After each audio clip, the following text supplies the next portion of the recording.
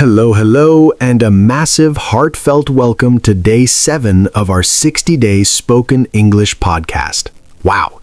Ishani, just take a second to let that sink in. We have been on this journey together for one whole week. 1 week. It feels absolutely incredible, Sam.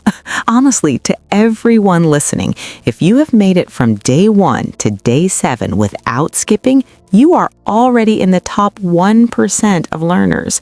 Most people just dream, but you are actually doing it. You are a practitioner now, not just a student. Absolutely.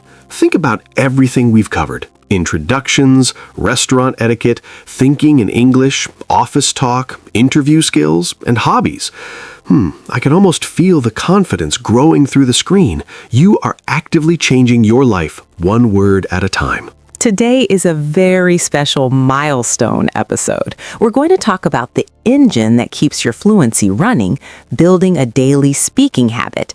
Then we're going to get personal and learn how to talk about your family without getting stuck. And finally, we will master describing your daily routine. Are you ready? I know so. Let's kick off day 7 and finish our first week with a bang. Before we get into how to talk, we need to talk about how to learn. Sam, I still hear from many listeners who say they feel tongue-tied when they try to speak with a stranger. That's because of the way we were taught in school, Ishani. Most traditional classes focus on intensive learning. This is where you sit down, analyze a paragraph for an hour, look up every single word in the dictionary, and stress over every comma. It's exhausting, right? It's the worst. And the funny thing is, the research shows that people drastically overestimate what they learn from that. You might learn a word, but then you forget it 10 minutes later because your brain was too stressed. Exactly. The real magic happens with extensive learning. This is when you treat English as content to be enjoyed, like reading a book for pleasure or watching a movie. You don't stop to look up words. You read for gist. I love that phrase, read for gist. You just ask yourself, can I follow the main idea? If the answer is yes, then wow, you are succeeding. You don't need 100% accuracy to have 100% fun. So to build a daily speaking habit, your goal must be aim for completion. Don't worry if you don't understand a whole sentence. Keep calm and carry on. Your brain is a natural language learning machine. Remember, you learned your mother tongue passively as a child. Absolutely. Your daily habit should be this. Spend 20 minutes a day listening to English stories or podcasts like this one without a dictionary. Over time, that difficult grammar will start to feel, well, normal. It's like a muscle. The more you use it, the stronger it gets. Now, let's get practical. One of the most common topics in any conversation, whether it's at a wedding, a party, or a casual office lunch, is family. It's the heart of everything.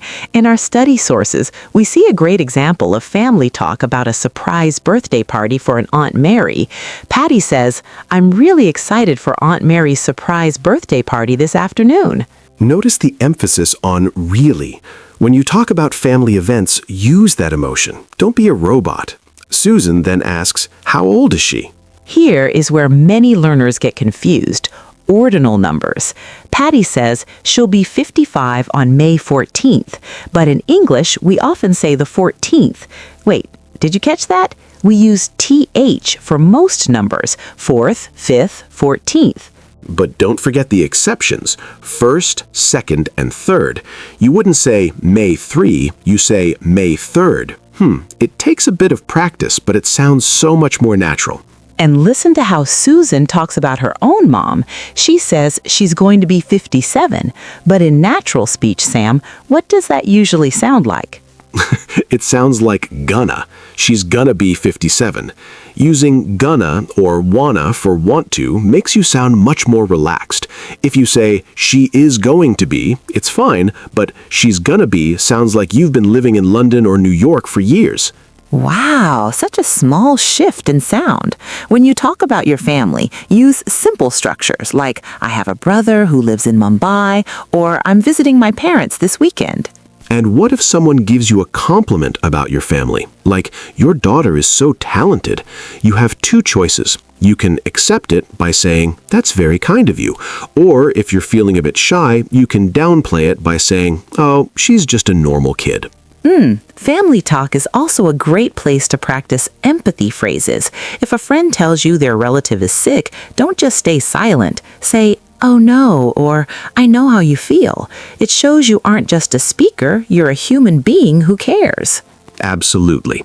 The final piece of our Day 7 puzzle is the daily routine. This is where we combine time, actions, and habits. Ishani, I know people struggle with telling time in English.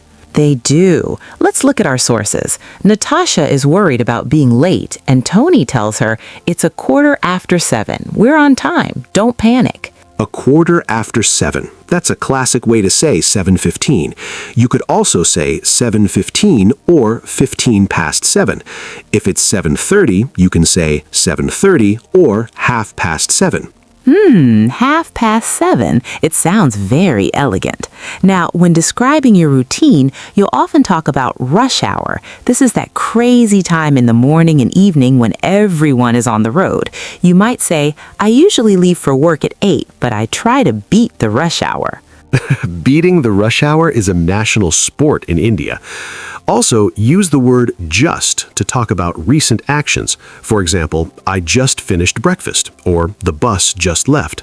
And don't forget chores. Maybe you have a pet. You have to take care of them. As we see in the sources, someone asks, "Would you be willing to walk it every single day?" Notice the stress on every single day. That's how you emphasize a routine. Wow. When you're describing your day, Ishani, how do we make it sound like a story and not just a boring list? Connectors, Sam. Instead of "I wake up, I eat, I go," try this. To start, I have coffee. Then I check my emails. Anyway, after that, I head to the office. Suddenly, your simple routine sounds like a professional narrative. Absolutely. You become the hero of your own daily story. Segment 4, Conclusion and the Day 7 Challenge. We have reached the end of our very first week. Let's recap. We've learned that extensive learning, reading for the gist, is the fastest way to fluency. We've learned how to handle birthday ages and ordinal numbers, and we've learned how to use time phrases like quarter after or half past to describe our lives. Wow, you guys are moving so fast. I am genuinely proud of everyone listening. But as always, we have a challenge for you. For your Day 7 challenge, I want you to record a 2-minute voice note on your phone. Minute 1, describe your family. Who do you live with? Any upcoming birthdays? Use those ordinal numbers like first or 22nd. Minute 2, describe your typical Monday routine. Use the phrases "a quarter after" or "half past" and tell us when your rush hour starts. Don't worry about being perfect. Just aim for completion. If you stumble, don't stress. Just laugh it off and keep going. Absolutely. You are building a foundation that will last a lifetime. Tomorrow, for Day 8, we're going to tackle a big fear: how to speak without fear of grammar. Plus, we'll learn how to ask questions effectively and master phone call conversations. You won't want to miss it. Thank you for being part of this 60-day community. Keep practicing, keep listening for the gist, and we will see you tomorrow. Happy learning, stay confident, and as always, thank you and good night. Bye-bye, everyone. Take care.